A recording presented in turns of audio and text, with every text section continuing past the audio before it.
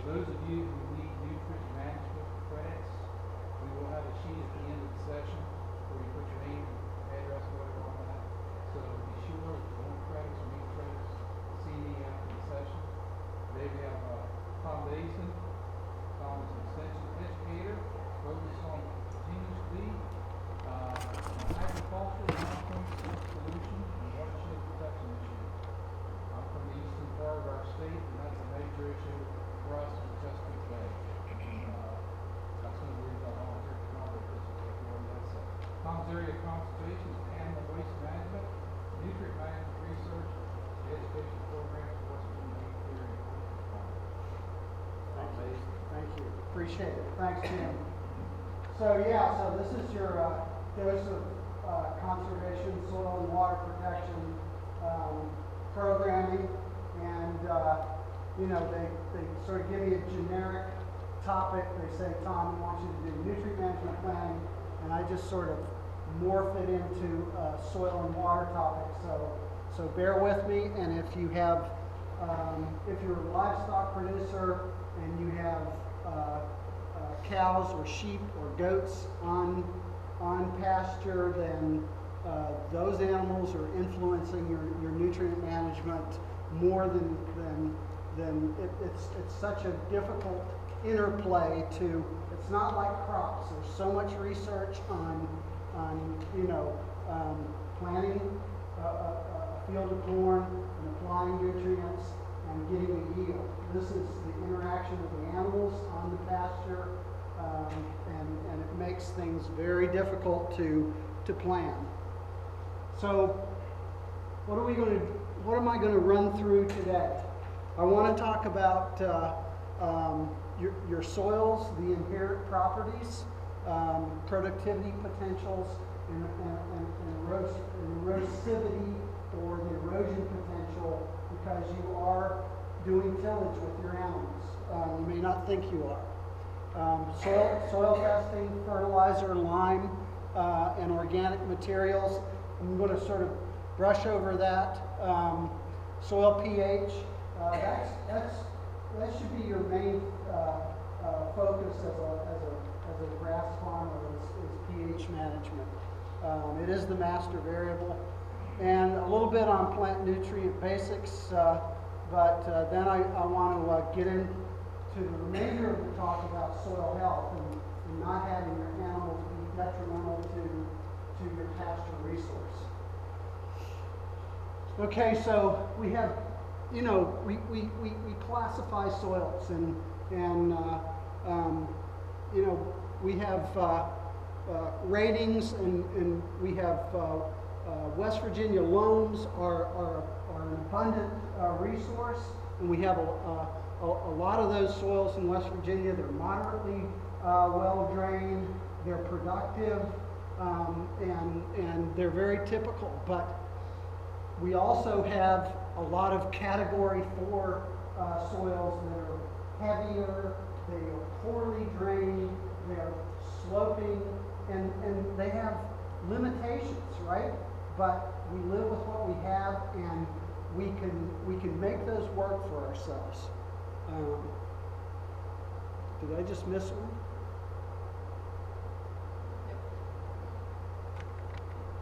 Huh? Yeah. I think I'll just not use this. It's very touchy. So erosivity is also an issue, and it's related predominantly with slope, right? So you really got to work at it if you've got a flat field and you want it to erode, right? I mean, it's pretty difficult. But we have a lot of potential to lose soil and have it roll downhill in West Virginia and in the Appalachian region. And so, we have most of our soils are in the 5 to 10% slope where we maximize our hay production, and then we tend to use our more sloping land for our pasture, and that has an even more critical risk of losing soil due to slope and thinness of the soil. So just to put it into context, there's a few of you in the audience that are blessed with the eastern counties, the highland areas that have limestone soils. They're well drained. You can feed on them all winter, and they're very forgiving. They have a deep level of fertility. The rest of us are living within the Allegheny Plateau, and it's not even, it was never even glaciated. So if you go up into New York, they have Allegheny Plateau soils, but they had this huge sheet of ice that rolled across and sort of mellowed it all out and leveled it out, and it's much easier to farm. So we have this, dendritic drainage pattern of unglaciated Allegheny Plateau, and it's made up, the parent material is sandstone and siltstone and shale bedrock. And we're at a real disadvantage agriculturally, but we have to make this work. All those parent materials are acid-bearing rocks and push the soil system towards acidity all the time. It's not just acid rain that's doing this, it's parent material. It's what we got to live with, okay? So we have, if you go out into a forest soil, you can have soils in the 3.5 to 5 range. It's shocking, And when the farmers first came here, the first white man, they used to actually put soil in their mouth, and they talked about sour and sweet soils, and they could tell the productivity by how a soil tasted. So we have this subsoil underneath our productive layer that is very restrictive. Plant roots can't go into it because the subsoil is so low pH, okay? But pastoral agriculture can survive, and we can make it work with inputs, right? So this is a complete review, and for the academics in the audience, full apologies, but just to review, soil sampling is your best way to be able to rate your fertility across your farm spatially. Here's your tools. Go get yourself a good soil probe. It's the best investment you can make on the farm. $100, it sounds like a lot of money. It will last you forever. You can replace the tips. It is a good investment. It's a time saver. It's better than a shovel. It puts your soil sampling activity into a scientific method where you can actually pull 2-inch samples across and uniformly across your farm. It's a no-brainer. A clean bucket that is used for no other purpose than that, so that you don't have contaminants. You have something to stir your sample that you've aggregated, and then you take a subset and send it into the lab. This is a result from our WVU soil testing lab, and I think I will try to use this thing. For now, it's a free service. It's pretty much unheard of if you go around to the other surrounding states. So if WVU's free service goes away, don't be surprised. We have some economic issues and budget problems right now, and it is threatened. We have a quick turnaround. It's a general recommendation. So when they send you a recommendation out, they're giving you not a soil-specific recommendation. Ed Rayburn and I have put together, we've used our nutrient management planning software and all of our associated tools to put a small spreadsheet together where you can actually go get your dominant soil and its productivity potential and take that recommendation and give a revised or refined recommendation for your specific field. But this is what we see. Here's the other thing from this parent material from this Allegheny Plateau. Phosphorus, parent material is very poor. So all of our West Virginia soils that are outside of the poultry area are dying for phosphorus because we have low parent material content, right? What's the other parent material issue? We have sort of median parent material levels of magnesium. So a lot of times, in these areas where you don't have limestone soils, you don't have limestone quarries, you don't have a good quality lime available, people will put ag lime on and they'll get good pHs, but their magnesium level will still be low, right? So I've started looking at remediating.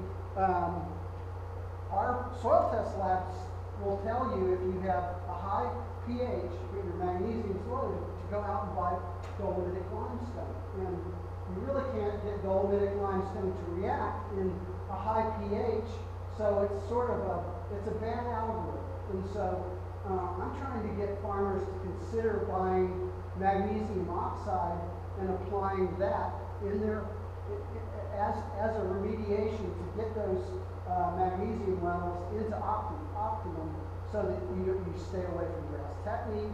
And also, it's an issue with clover development and growth. You've got to have your magnesium up on your pastures and your hayland.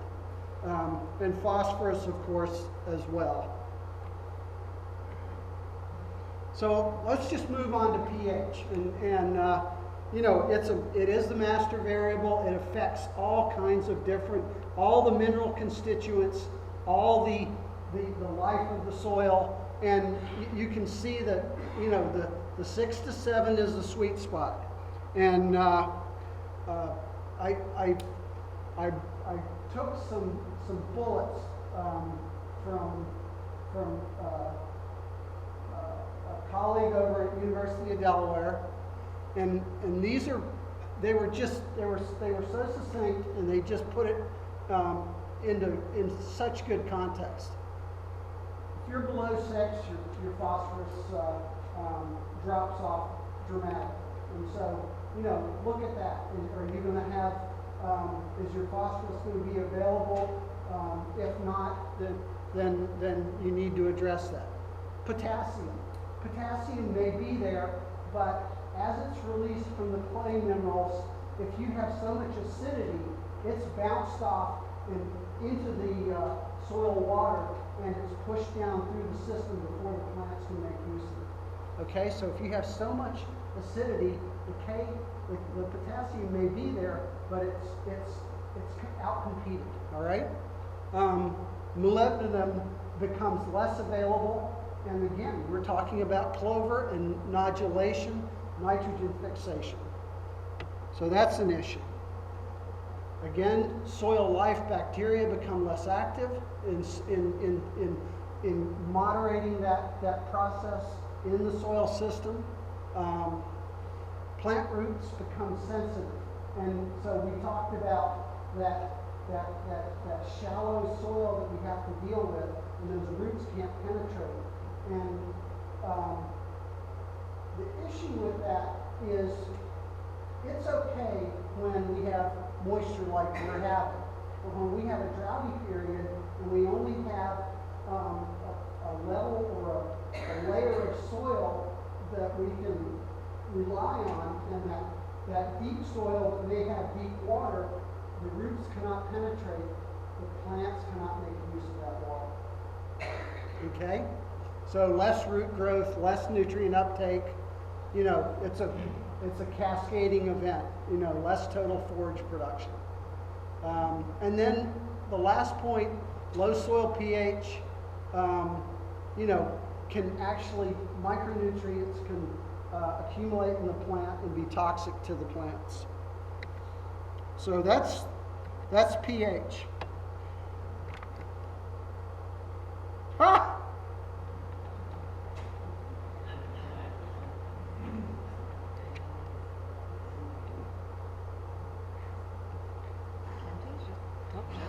And then this is the classic phosphorus fixation curves.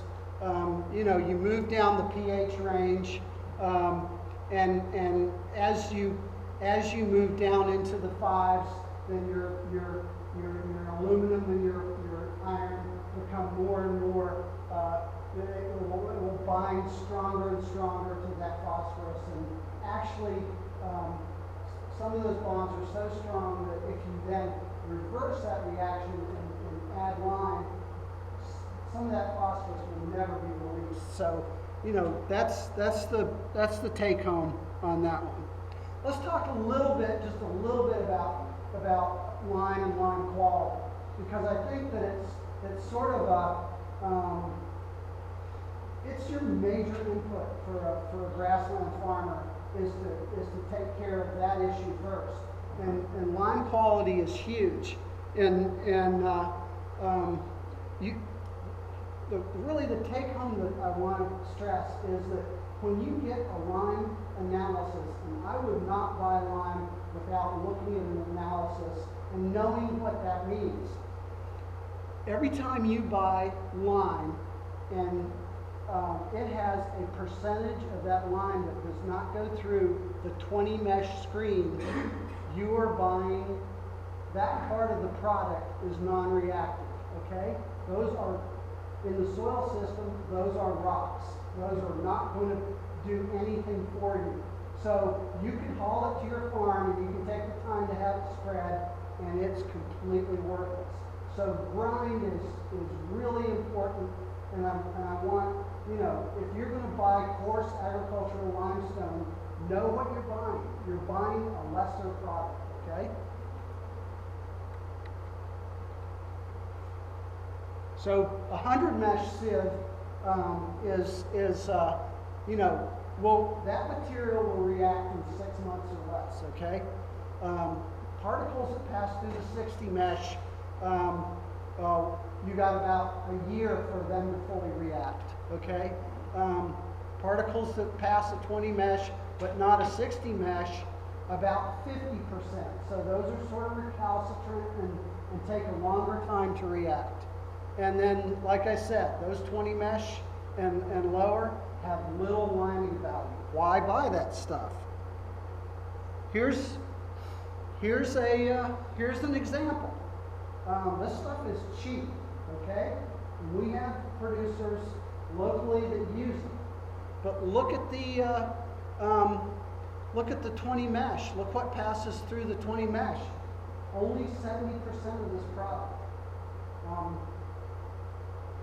You know, I'm not a big supporter. I mean, it's, you know, it's just you know, it has some other characteristics. It's about $20 a ton, but it's still, you really have to evaluate limes and compare and look at how much you have to put on in the end to get that neutralizing value to go where you want to go on the pH range. I just want to touch a little bit on kind of have you wrap your head around, you know, nitrogen, phosphorus, and potassium, calcium, magnesium, and sulfur are our main macro and secondary nutrients that we want to consider. We've never had to deal with sulfur until probably coming in the future. We may start to see some sulfur limitations or lack of sulfur. You can buy nitrogen products with sulfur in them.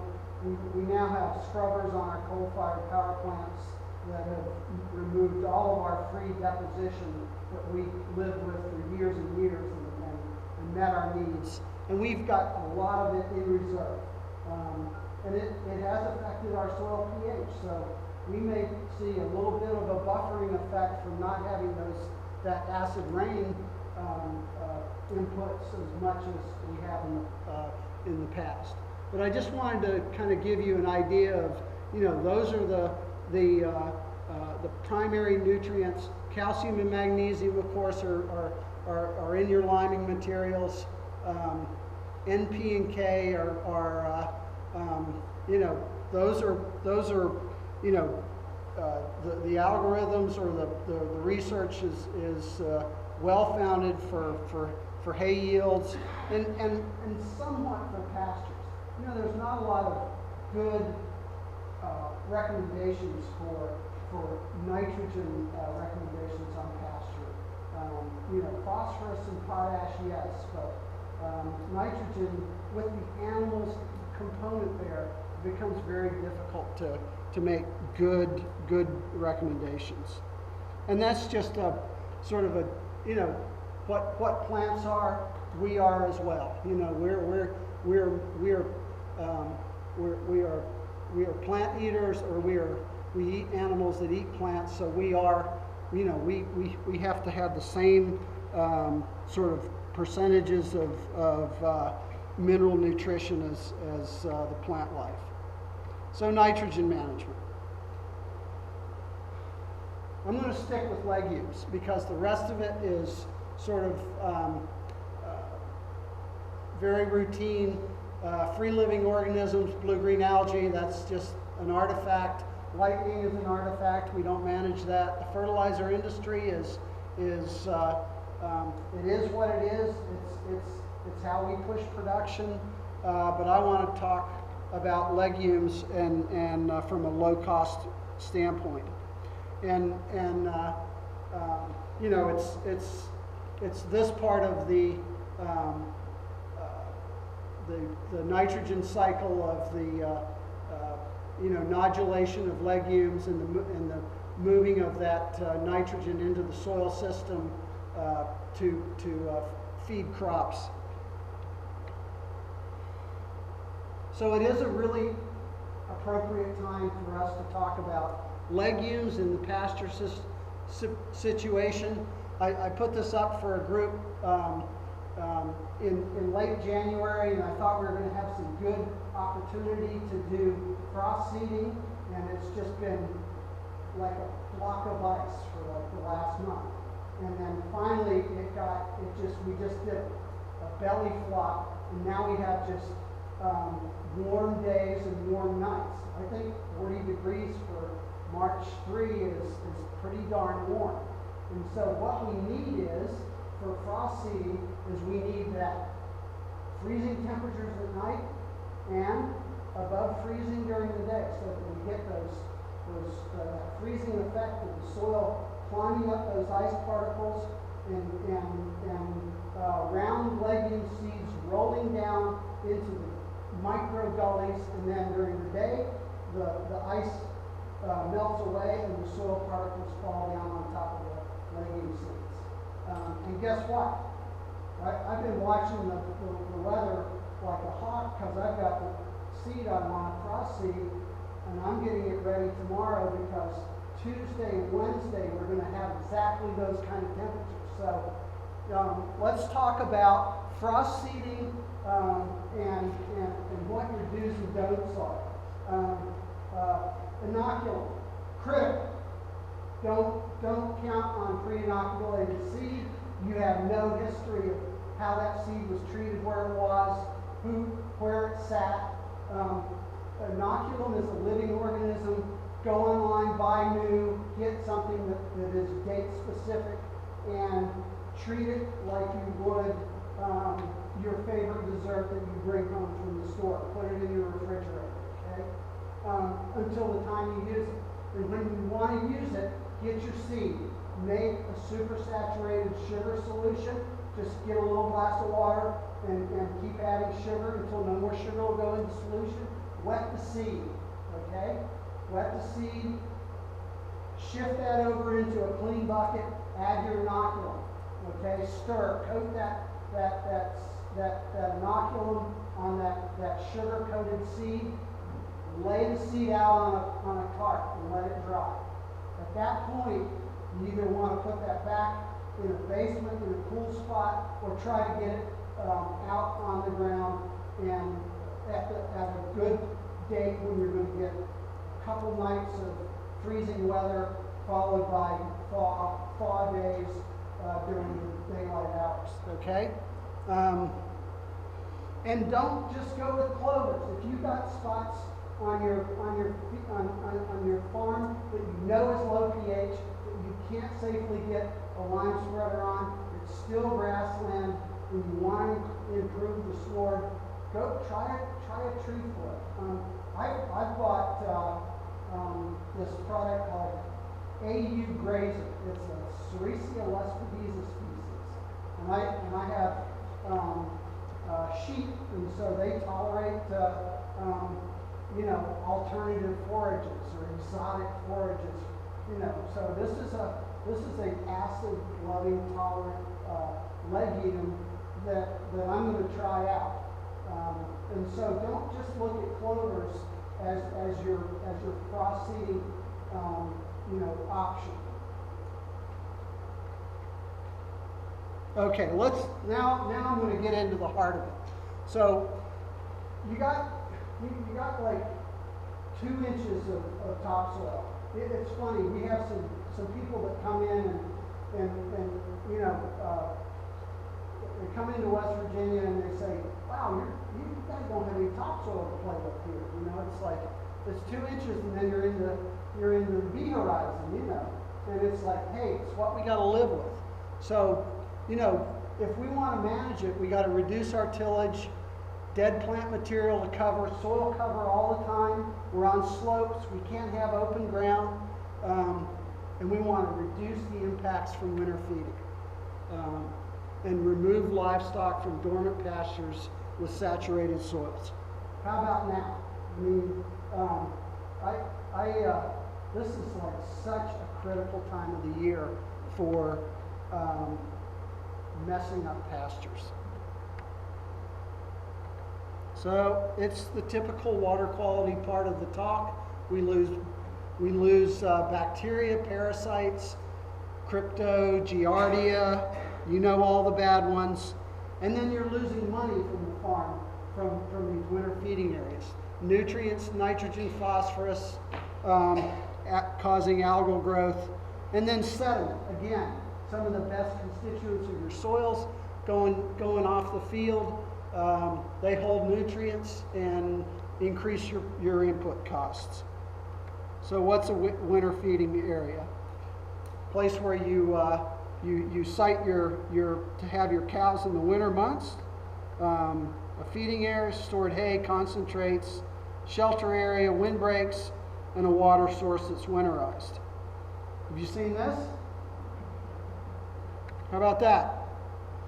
Now, I'm not picking on anybody. I went by this field today, and he's a friend, he's a neighbor, he unrolls his head. I wish I had a picture of the field right now, because it's more spread out, but there's still a tremendous amount of disruption. It's just farther across the field because he's unrolling strips.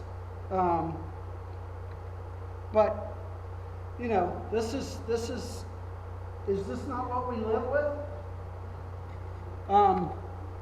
I think we really have to think about this, and this is part of our productivity loss, and it heals so quickly, and we forget so quickly, and it's warm and it's summertime, and plants finally do grow there, and it's like it only looks bad again this time of the year. And so we seasonally say, wow, this is really crazy, but it'll be over soon. So what I want to do is go back in history and talk to you about a study at the ARS station in Coshocton, Ohio. And these fellows, Owens, Edwards, and Van Kuren, did work that nobody does anymore. They did work from 1987 to 1994. No, 1974 to 1994. That was the duration of the study, okay? And they had, it was the first ARS station with monitored watersheds. So they had weirs at these little micro pastured areas. And from 74 to 86, they did continuous winter feeding. They grazed the area and then they winter fed. And then from 87 to 89, They only grazed and they pulled the animals off during the winter. And then from 90 to 94, they just hayed the area. So they were basically going to less animal impact, less animal impact to just a hayed area. So the take-homes were 60% of the sediment losses occurred during the dormant period. That's when grasses weren't growing. So that's a big part of the winter, right? The months of greatest loss, March to June. You know, so March, April, May, and all the way into June. And April had almost 40% of the annual losses. So think about your place and when you had the most disruption on your winter feeding areas. And it was due to saturated soils, thawed surface, and tillage by your cattle. So here's the runoff story. And so runoff is an indicator of what? Of hoof action creating compaction and rain not being able to get into the soil profile, but leaving the site. And so during that winter period, winter feeding period was this period one when the cows were on that watershed summer and winter. We had the highest amount of runoff that occurred. You can see it every time there was a rain event, there was a runoff event during that period of the study. When they removed the cattle in the wintertime, it crashed. And then, you know, it trailed off a little bit more. They did have, these are the precipitation events. Okay? These are the sediment losses for the period. And these are by winter period. And you can see that there were some winters were worse than others. But even after, this was primarily, almost all of the sediment loss was during that winter feeding period of the study. When they went to grazing only, hardly any sediment loss. And when they went to haying, zero. Again, this is just another way of showing it, sort of seasonality sediment losses. And again, it shows you that April, May, and June time of the year was, again, your biggest loss for money leaving the farm. And then, from productivity, let's flip it over to your plant component. Look at how long it took for, and this is Julian calendar, so this is January 1, and this is the 1st of June. It would take, over these years when they winter fed, look at the recovery. It would take until after June to get back to that 100% coverage on the pasture. So you're not only causing compaction and soil loss from that winter feeding, but also your money product, your forage is not there to go into high gear and be there to feed the animals because it's recovering for April, May, and June. You lost 3 months of production. So what are we going to do? I mean, we've done it this way all the time. We've been doing it like this for years. What's the solution? We got practice standard 561 and 313. That's a nice one. It's a roofed area, feeding area with a manure shed on the end.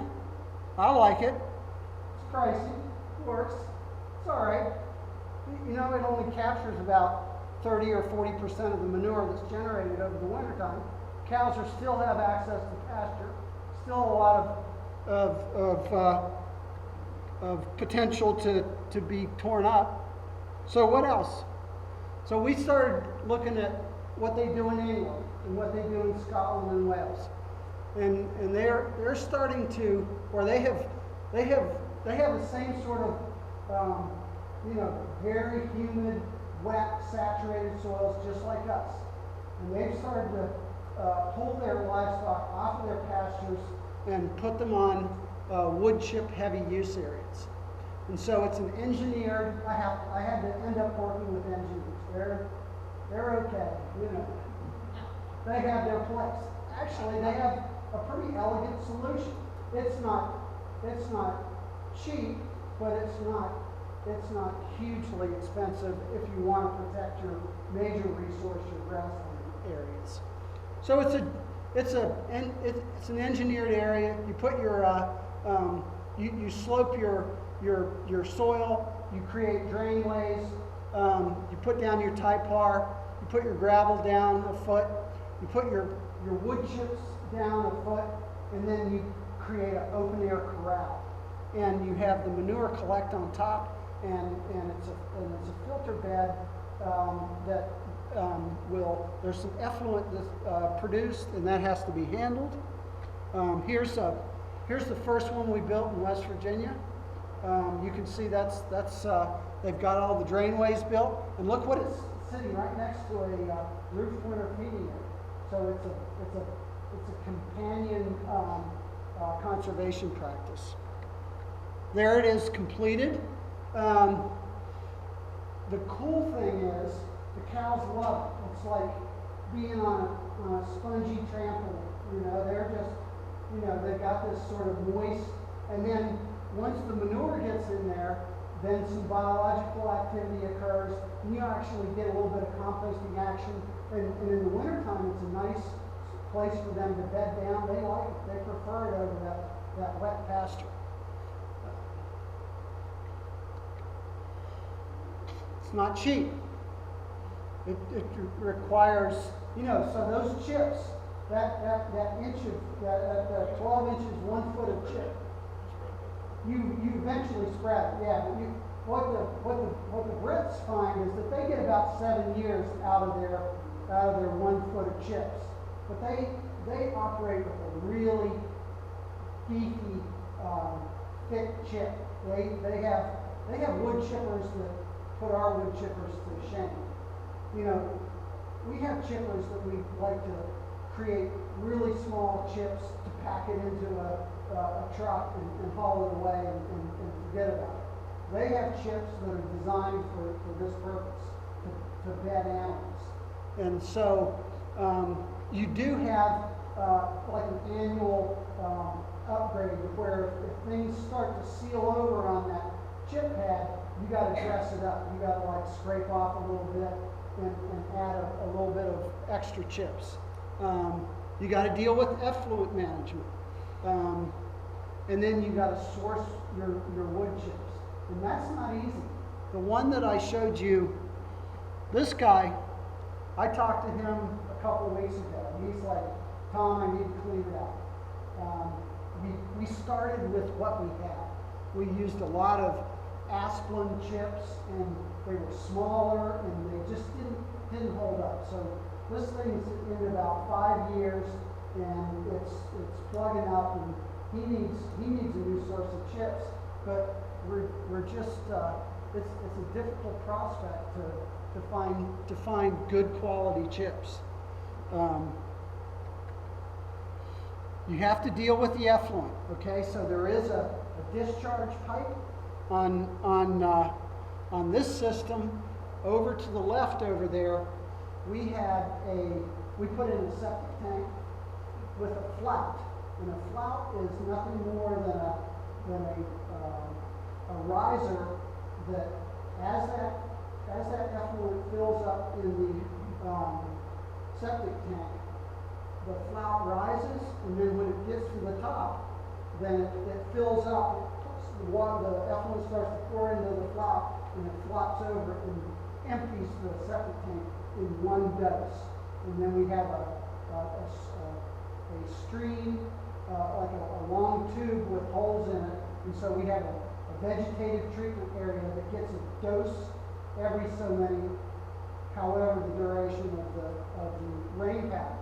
So that's better than having a trickle coming out of the end of the pipe, causing a mess at one place. This is like The amount of water that goes onto the vegetative treatment area is able to be retained and assimilated, and then the septic tank fills up. Otherwise, you need a honey wagon or something to go out and spread that at the end of the feeding period. Chip size matters. So we built one over on our animal science farm, and if you all get the opportunity, go over and take a look at that one. And we used two different types of wood chips, and so we brought in the wood scientists at this point, and we got white oak chips. And the chemistry of white oak is very interesting because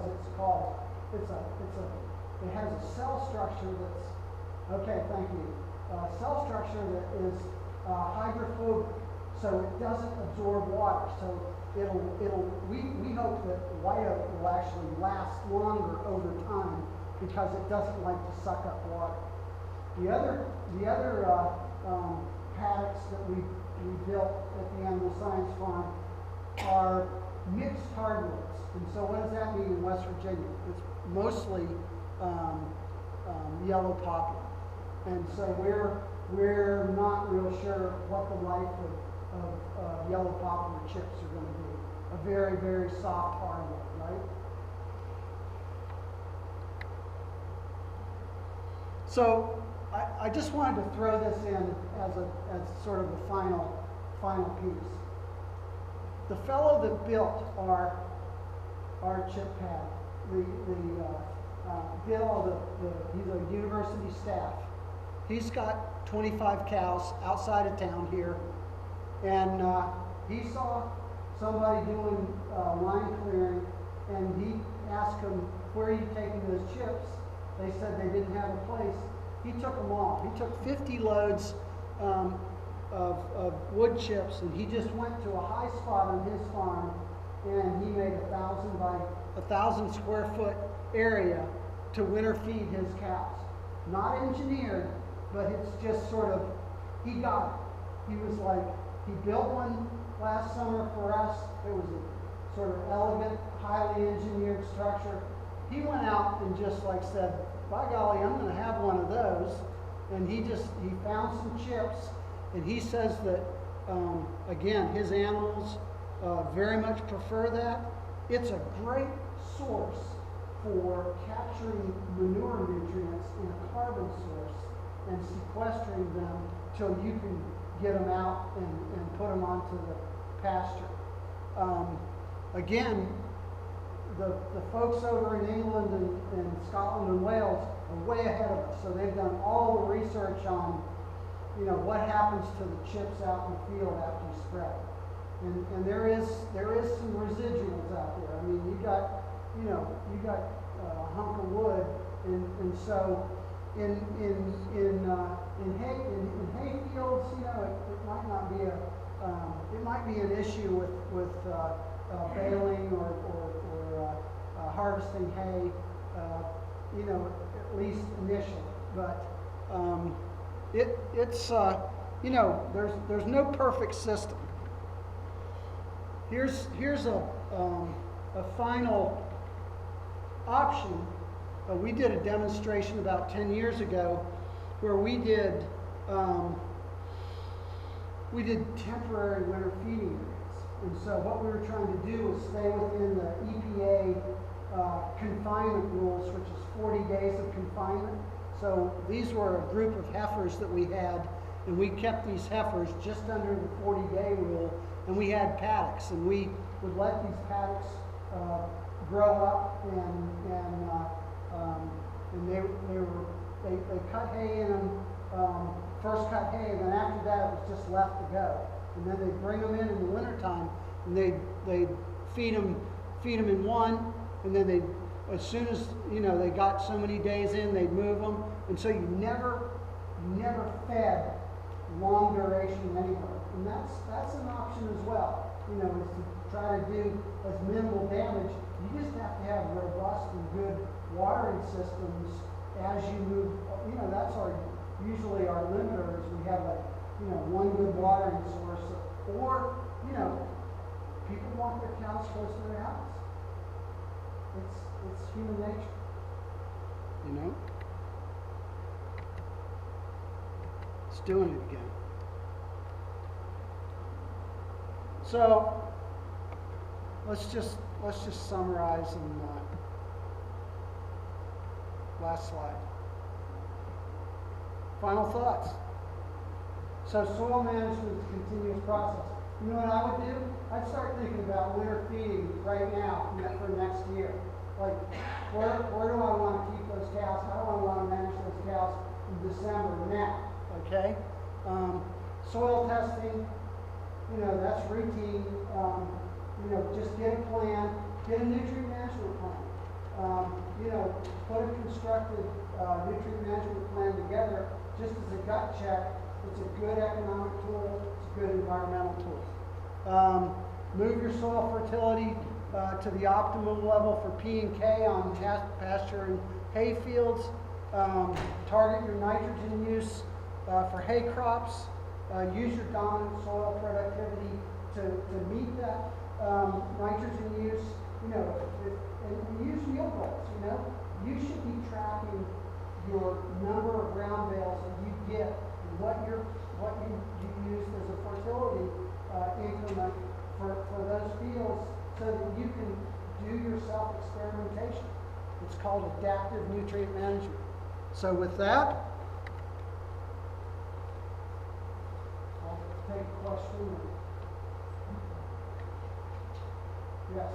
How long can you use those wood chips out? How many years could you use them for, like 3 or 4 years or more? Yeah, they say that if you have a good quality chip, that the folks in the British Isles, they can get about 7 years out of that bed. Yeah, with a little bit of dress up, if they get lucky spots or. So it's a periodic investment. They are not feeding on that. That's a great question. They absolutely do not want you to concentrate. And these are designed by a square footage equation for the cow. So the cow is consigned an amount of space for them to actually be comfortable with all the other cows that we have. So it's designed to be built for them to actually lay down and milk.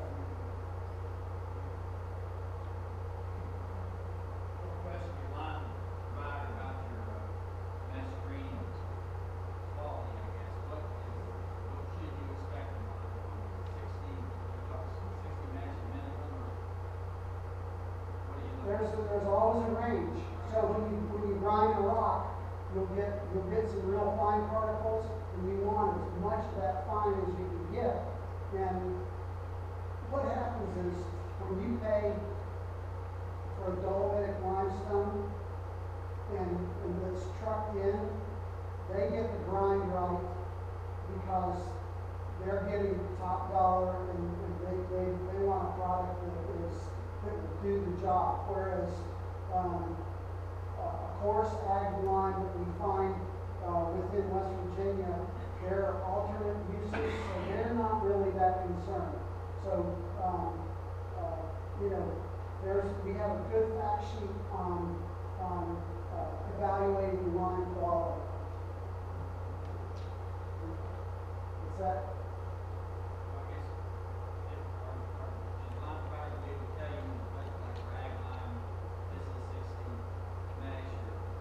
Yeah. 60 to 80 average, 40 to 60 average. No, the line provider will give you an exact tag. And if you want, it's not a bad idea, you can actually take a sample and send it to the Department of Ag regulatory unit, and they will analyze it and get that back to you, just like you would a manure sample if you wanted to know what was in a manure sample. They'll tell you what the quality of that line is. So you should get a full analysis tag if you are asking about purchasing lines. Could you compost those chips, use them for several years, and then? You should compost those chips. You should, because that would help break finally break the rest of that carbon material down into more usable, stable forms for the soil system. And should there be any concern about maintenance for wood? No, no. Actually, eastern hardwoods are a calcium sink. So if you apply wood ash or wood to a soil system, soil pH will rise. They are not acidic. How does this Paladin non-revised bag compare to the ground one? Pelleted, Yeah, it's extremely expensive. yes. It's very high quality. But again, the first statement is more important. It's really good, but it's really expensive. Go look for a good quality ground limestone. When you get a line sample analysis, is that sampling the calcium or is that mesh size? It's both. Both. Yep. It's chemical analysis and physical characteristics.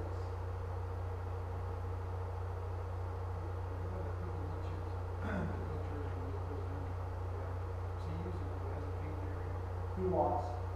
He was. Then you scrape it off the top and then you use it, or just scrape it off. Well, those pictures were from like 20 days ago. So he just went out and said, I thought that one looks like it makes sense, I'm building one of them. But he was feeding all that. He was feeding it, yeah. That's a little bit different. It's not, he's got no confinement. It's just ease of getting, equipment on to, at least he's not degrading, that area around for his feed. So he's got some benefit.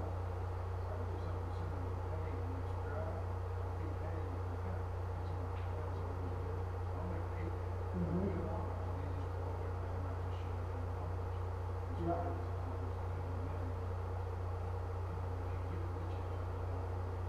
Yeah, what they call outwintering pad is a confining area. That would be a good